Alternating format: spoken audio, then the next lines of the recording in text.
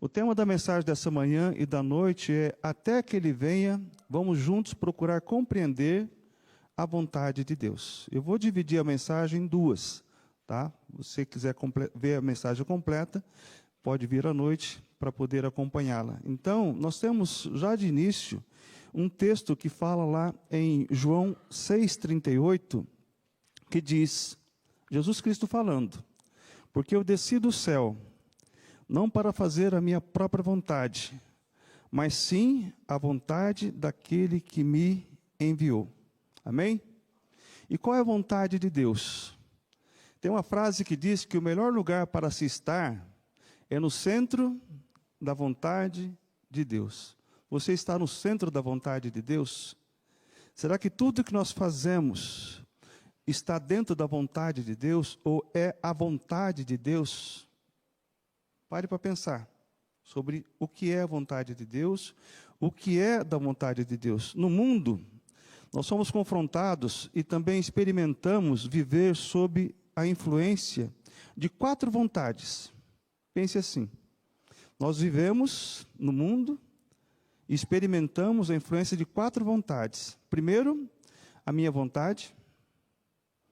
Segundo, a sua vontade. Nem sempre a vontade da minha esposa é a minha vontade. Esse dia eu perguntei para ela: qual que é a vontade que você tem? A vontade é ficar descansando, não fazer nada. Temos a minha vontade, temos a sua vontade, temos a vontade do diabo. Enquanto Jesus tem a vontade dele de salvar a todos, o diabo tem a vontade dele de trazer todos para o inferno, de continuar no caminho, da perdição. 3 vontades. E a 4ª vontade? A vontade de Deus. Então pense assim: nem todos nós temos a mesma vontade, os mesmos desejos. O inimigo tem o desejo de levar o máximo de pessoas para o inferno. Nós somos resultado, outra verdade também que nós podemos crer, nós somos resultados das nossas vontades e escolhas que fazemos para a nossa vida. Se estamos aqui hoje foi porque nós escolhemos, foi na nossa vontade levantar de manhã. Alguns vieram embaixo de chuva. Alguém pegou chuva aqui? Mas chegaram. Foi da sua vontade estar aqui nessa manhã? Foi, né? Foi da vontade. Então nós fizemos isso porque sentimos a vontade. Somos resultados das nossas escolhas e das nossas vontades. Se estamos no caminho certo hoje foi porque nós escolhemos isso também. Mas quando pensamos sobre aquilo que nos acontece em toda e qualquer situação, costumeiramente falamos em alto e bom tom: isso foi da vontade de Deus. Isso foi a vontade de Deus. Será que tudo que nos acontece, mais uma frase, será que tudo que nos acontece é da vontade de Deus? Você já parou para pensar nessa pergunta? Será que tudo que acontece é da vontade de Deus? Eu fiz algumas frases aqui para pensarmos. Será que é da vontade de Deus que uma pessoa seja assaltada? Não é. Eu até comentei na aula da Andressa que o pastor Antônio Gentil da Costa Lopes, às vezes ele assiste o nosso culto aqui, está lá em São Paulo. Uma vez ele chegou correndo aqui na igreja, isso foi em 85, chegou correndo aqui, esbaforido, falou: olha, irmãos, eu dou graças a Deus porque eu fui assaltado agora. Aí nós ficamos: como assim? Não, porque eu não era o assaltante.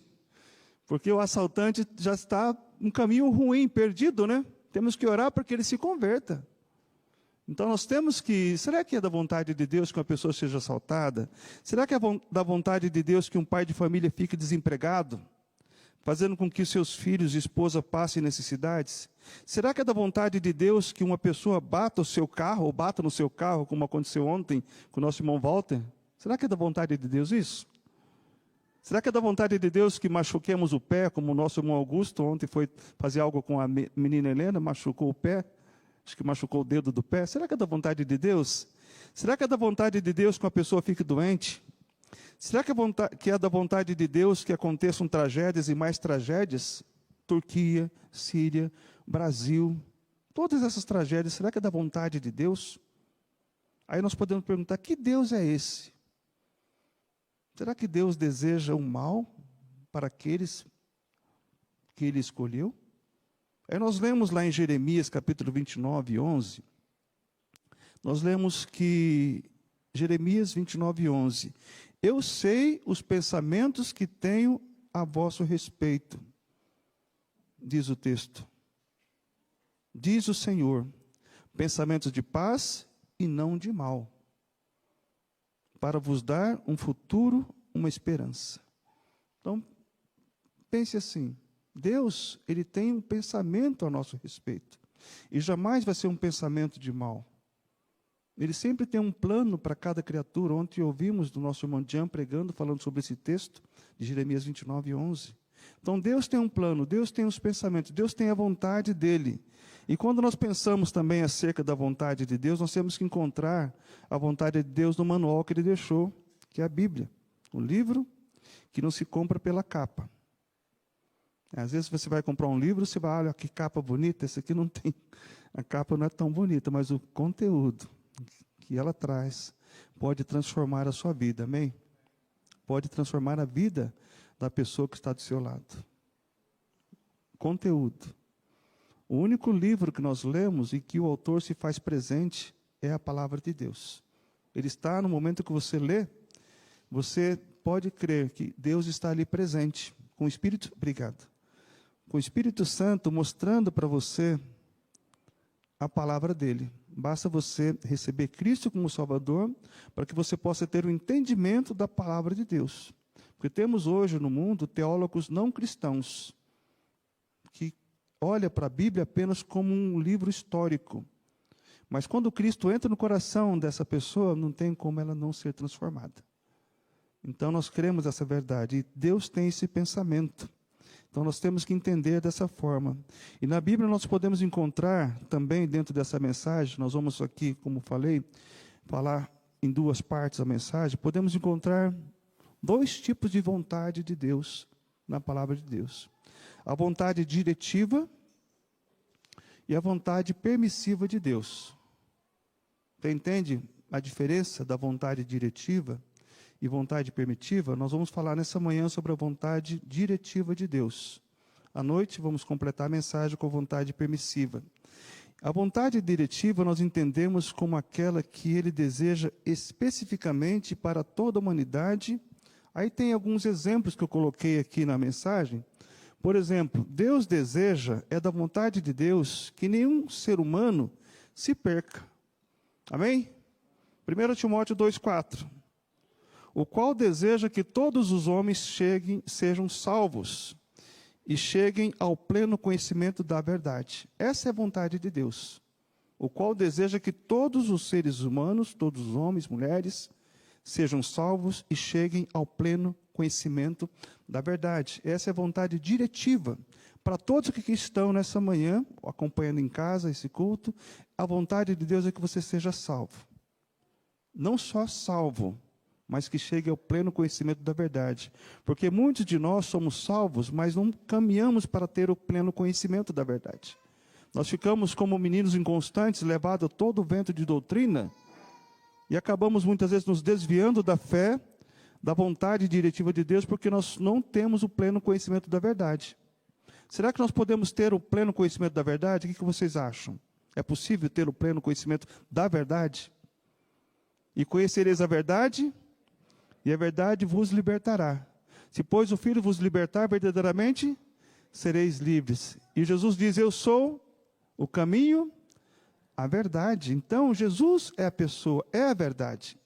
A verdade é uma pessoa, é Jesus Cristo. Podemos ter o pleno conhecimento da verdade olhando para Jesus Cristo. Então, Deus deseja, o desejo dele é que nenhum ser humano se perca. E 2 Pedro, tem mais um texto também, antes de passar ao próximo slide. 2 Pedro 3,9 diz, não retarda o Senhor a sua promessa, como alguns a julgam demorada. Pelo contrário, ele é longânimo para convosco, não querendo que nenhum pereça, senão que todos cheguem ao arrependimento. O que é longânimo? É aquele que tem a paciência longa, longânimo. paciencioso. Quantas vezes você olha para a pessoa está se desviando do caminho de Deus, não consegue perceber que aquilo que ele está fazendo está no centro da vontade de Deus e Deus está dando a oportunidade. Aí ele fala: Deus me livrou de um acidente, eu saí vivo, foi porque Deus foi longânimo para com você. Porque Ele não quer que você pereça, conforme diz o texto. Não retarda a sua promessa, como alguns a julgam demorada. Pelo contrário, Ele é longânimo para convosco, não querendo que nenhum pereça. Deus não quer que ninguém pereça, senão que todos cheguem ao arrependimento. Sem arrependimento não há salvação, não há conversão. Então, isso tudo nós cremos que é a vontade diretiva de Deus. Qual outra vontade diretiva de Deus? Nós podemos ver também, lá em Tessalonicenses, capítulo 4, versículo 3. A nossa, vamos falar junto? A nossa santificação. É da vontade de Deus a nossa santificação? Olha o que diz Tessalonicenses 4, 3. Porque esta é a vontade de Deus, a vossa santificação, que vos abstenhais da prostituição. A vossa santificação é a vontade de Deus. Sem santificação, ninguém verá o Senhor. Temos que buscar a nossa santificação. Nós somos sujeitos, nós somos convidados, todo instante, a pecar, a pensar em pecar, em planejar o pecado. Mas quando nós olhamos para as consequências desse pecado, a gente volta atrás, e o Espírito Santo nos mostra que devemos voltar atrás. Isso é o caminho da santificação. E o desejo de Deus é que nós sejamos santificados, como diz ali, né? Essa é a vontade de Deus, então a vontade diretiva de Deus. E temos mais também dentro dessa reflexão, dessa manhã, é da vontade de Deus, lá em 2 Pedro 11, versículo 15, nesse texto é um pouco mais longo, eu vou pedir para os irmãos abrirem comigo. 2 Pedro, capítulo 2, versículos 11 a 15. Nós temos aqui a vontade de Deus, a vontade diretiva de Deus, é que busquemos sempre fazer o bem. 2 Pedro 2, 11 a 15 diz, na versão Almeida, revista atualizada, 2 Pedro 2, versículos 11 a 15. Deixa eu ver se eu anotei certo aqui o texto. É 1 Pedro, desculpa, eu coloquei segunda ali, mas é 1 Pedro. 1 Pedro, capítulo 2, versículo 11 a 15, diz assim: Amados, 1 Pedro 2, 11, amados, exorto-vos como peregrinos e forasteiros, que sois, e vos absterdes das paixões carnais que fazem guerra contra a alma, mantendo exemplar o vosso procedimento no meio dos gentios, para que naquilo que falam mal contra vós outros, como malfeitores, observando-vos em vossas boas obras, glorifiquem a Deus no dia da visitação. Sujeitai-vos a toda instituição humana, por causa do Senhor, quer seja o rei como soberano, quer as autoridades como as enviadas por ele, tanto para castigo dos malfeitores, como para louvor dos que praticam o bem. Olha só o versículo 15. Porque assim é a vontade de Deus que pela prática do bem façais emudecer a ignorância dos insensatos. Essa é a vontade de Deus. Que pela prática do bem, que possamos praticar o bem. E com a prática do bem, nós vamos fazer com que as pessoas sejam caladas. Emudecer aquelas pessoas que não compreendem que estamos fazendo o bem. Então essa é a vontade de Deus, é a vontade diretiva de Deus. Um outro texto também que nós podemos encontrar lá em 1 Tessalonicenses 5, versículo 18, é da vontade de Deus que em tudo dai graças. É isso que diz o texto, 1 Tessalonicenses 5, 18? É interessante esse texto, que ele fala Em tudo dai graças, porque esta vontade de Deus em Cristo Jesus para convosco. Ele não está dizendo por tudo dai graças. Não devemos dar graças por tudo que nos acontece, mas em tudo. Essa é a vontade diretiva de Deus. Aquilo que nos acontece, dá graças a Deus. Mas não fique dando graças por tudo que te acontece. Bati o pé, bati o carro, graças a Deus por isso. Graças a Deus por isso. Não, temos que dar graças em tudo que Ele nos coloca para viver. Essa é a vontade diretiva de Deus. Mais uma vontade diretiva de Deus, nós encontramos em Romanos capítulo 12, versículo 1 e 2. É da vontade de Deus que não nos moldemos a este mundo. Esse é um texto bem conhecido. Romanos capítulo 12, versículo 1 e 2. Rogo-vos, pois, irmãos, pelas misericórdias de Deus, que apresenteis o vosso corpo por sacrifício vivo, santo e agradável a Deus, que é o vosso culto racional. E não vos conformeis ou não vos moldeis com este século, mas transformai-vos pela renovação da vossa mente, para que experimenteis qual seja a boa, agradável e perfeita vontade de Deus. Não podemos experimentar a boa, a agradável e a perfeita vontade de Deus, sem antes apresentar o nosso corpo como sacrifício vivo, santo, agradável a Ele. Então Deus, Ele quando pede para que dediquemos a Ele nossas ofertas, nossos dízimos, Ele pede só 10% dos nossos dízimos, 10% diz o dízimo. Mas quando Ele fala da nossa vida, Ele pede 100%. Todo o nosso corpo, toda a nossa vida, a nossa mente, nosso coração, nossos desejos, nossas ações, tudo, Deus pede que entreguemos Ele. Aí, quando você vive dentro dessa plenitude que Deus nos propõe, Jesus Cristo viveu completamente dentro da vontade de Deus. Ele compreendeu a vontade de Deus. Quando ele compreendeu a vontade de Deus, ele falou: eu desci do céu não para fazer a minha própria vontade, mas fazer a vontade daquele que me enviou. E a vontade dele, diz lá em João 8,37, é que nenhum pereça, nenhum se perca. Então nós entendemos que a vontade soberana de Deus é essa, a vontade diretiva de Deus, que para que possamos compreender, para que possamos experimentar a agradável e perfeita vontade de Deus. A última que eu coloquei aqui como vontade diretiva de Deus, nós encontramos em Efésios 5, versículo 15 a 17. Efésios 5, 15 a 17. Aqui nós encontramos que é da vontade de Deus que andemos como sábios, usando bem o tempo que Ele nos concedeu. Vamos administrar, conforme diz o texto aqui, versículo 15 a 17 do capítulo 15, diz assim, do capítulo 5. Efésios 5, 15 a 17. Portanto, vede prudentemente como andais, não como necios e sim como sábios, remindo o tempo. Outra versão fala, procurando aproveitar cada oportunidade, porque os dias são maus. Por essa razão, não vos torneis insensatos, mas procurai compreender qual é a vontade do Senhor. Como vamos compreender a vontade do Senhor? Ele dá a dica depois ali, no versículo 18. Não vos embriagueis com vinho, mas enchei-vos do Espírito. Aí a recomendação. Aí fala como devemos agir dentro do corpo de Cristo.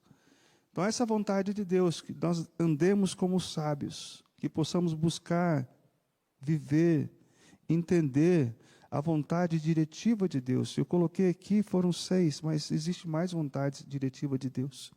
Concluindo essa reflexão, essa primeira parte da mensagem, embora a Bíblia deixe bem claro a vontade diretiva de Deus, em todo mundo, nem todo mundo aceitarão essa vontade diretiva. Essa é a verdade. Em todo mundo, nem todo mundo vai aceitar essa vontade diretiva de Deus. Essa semana um irmão chegou para mim falando que a professora dele falou que não acredita em Deus, não quer saber de Deus. Ele ficou tão triste, mas ela é a escolha dela, é a vontade dela. Nós não podemos violentar o coração daquela pessoa. Deixa que o Espírito Santo, você fez a sua parte, irmão, que foi levar a palavra de Deus. Conforme eu falei, no mundo nós seremos confrontados ou experimentados a viver sob a influência de 4 vontades: a minha vontade, a vontade do nosso próximo, a vontade do diabo e a vontade de Deus. Eu coloquei uma frase nessa projeção, acho que dá para ver ali. Vocês conseguem ler? Alguém pode ler bem alto aí para mim? Lê, Sérgio. No dia do juízo final, existirão apenas 2 grupos de pessoas: aqueles que dirão a Deus, seja feita a tua vontade, e aqueles a quem Deus dirá, seja feita a sua vontade. Dá para entender essa frase? Meio que não é redundante não, né? Que quando você chegar naquele dia do juízo final, você vai dizer para Deus: Deus, seja feita a sua vontade.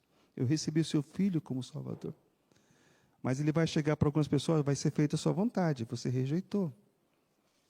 Então nós entendemos que nesse momento, por terem rejeitado a Deus em vida, eles sofrerão para sempre no inferno. Aquele grupo em que Deus dirá: ora, agora vai ser feita a sua vontade, não tem mais como você voltar atrás. Porque João capítulo 1, versículo 11 diz: veio para o que era seu, mas os seus não o receberam. Por que não receberam? Porque fizeram a sua própria vontade. Mas a todos quantos nele crer, deu-lhes o poder de serem feitos filhos de Deus, a saber, os que creem no seu nome. A vontade de Deus é que nós possamos crer no nome de Jesus Cristo. Amém, irmãos? Existe uma verdade que nós não podemos também tirar, que nós temos o nosso livre-arbítrio. Podemos escolher fazer a vontade de Deus ou não. A Bíblia também diz em Mateus 22, 14, porque muitos são chamados, mas poucos serão escolhidos. E lá em Mateus capítulo 13, versículo 1 a 23, nós lemos sobre a parábola do semeador, que saiu a semear pelo caminho. E nós entendemos nessa parábola que a semente é a palavra de Deus. Toda vez que você fala de um texto bíblico para alguém, ou dá testemunho da sua vida para alguém, você está semeando ali a palavra de Deus para aquela pessoa. Você está semeando, na verdade, conforme nós estamos lendo aqui, nós estamos semeando ali a vontade diretiva de Deus. A vontade de Deus é que todos sejam salvos. Vamos lançar sementes. Algumas sementes vão cair entre espinhos, entre pedras. Algumas sementes que nós lançamos, como a de hoje, de manhã, nós estamos pregando aqui. Muitas pessoas, às vezes, saem do culto e o inimigo lá fora já rouba o que foi ouvido naquele momento. O inimigo tem essa habilidade de tentar roubar aquilo que você ouviu naquele momento. São aquelas que caíram no meio do caminho e as aves vieram e comeram. Esse é o inimigo que rouba da mente da pessoa. Agora, muitos sairão daqui com a semente da palavra no coração, aí falam: oh, Deus seja louvado, recebi Cristo como Salvador. Aí começa a vir as perseguições, as aflições, aí essa semente caiu entre pedras. Ou começa a vir os espinhos, as pessoas começam a apontar para você: você vai ser crente agora? Não quero nem saber. Como é que vai ser a nossa vida? Foi quando eu me converti em 85, eu cheguei em casa e falei: agora eu sou crente. E a Anitta falou: e agora? Eu não quero nem saber. Como é que vai ser a nossa vida? Eu não acredito nisso. Ela falou isso para mim, irmãos. Aí eu falei: então tá bom, então eu vou deixar de ser crente. Aí teria caído entre espinhos, né? Aí, sabiamente, o pastor Antônio Gentil da Costa Lopes foi lá em casa fazer o discipulado para nós. Foi em casa, foi de bicicleta com a mochilinha nas costas, foi lá fazer o discipulado. E na cozinha, a Anitta ouvindo o discipulado, e aquelas perguntas que ela fazia no convento para as freiras não respondiam, o pastor Gentil respondia para mim. Ela ficava ali ouvindo, e quando ele saía, ela perguntava para ele: como é que é esse texto? Ele explicava na palavra. Explicava na palavra. Aí, durante o período de discipulado, ela ficava ouvindo e perguntando, e ele respondendo na palavra. Quando foi na última lição, isso foi em junho de 85, ele estava indo embora, a Anitta falou: pede para ele vir aqui de novo. Ele Como assim? Ela voltou para o apartamento, nós morávamos aqui no Abaeté, e ela falou para ele, eu quero tomar decisão para a salvação, porque agora eu creio. Conscientemente, ela tomou decisão para a salvação. Se eu tivesse desistido naquele momento que ela falou que não queria mais saber, será que eu seria testemunho? Não. Então, muitas vezes você deve ser sempre testemunho para as vidas que estão à sua volta. Quando Cristo entrar no seu coração, dê testemunho. Pregue a palavra. Fomos batizados juntos aqui nessa igreja, em 85. Então, nós entendemos, irmãos, que a palavra de Deus, quando ela cai entre espinhos, pedras, ou o inimigo rouba, não tem como você fazer nada. Mas quando ela cai em boa terra, aí nós temos que discipular, caminhar com aquela pessoa. Então, nós entendemos, irmãos, que devemos buscar fazer a vontade de Deus. Enquanto tivermos tempo, vamos buscar fazer a vontade de Deus. E a vontade diretiva de Deus é que você seja salvo. A Bíblia fala em Isaías 55:6, buscai o Senhor enquanto se pode achar.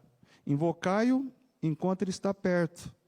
E Hebreus diz, se a palavra de Deus falou no seu coração, não endureça o seu coração. Crê em Deus. Amém?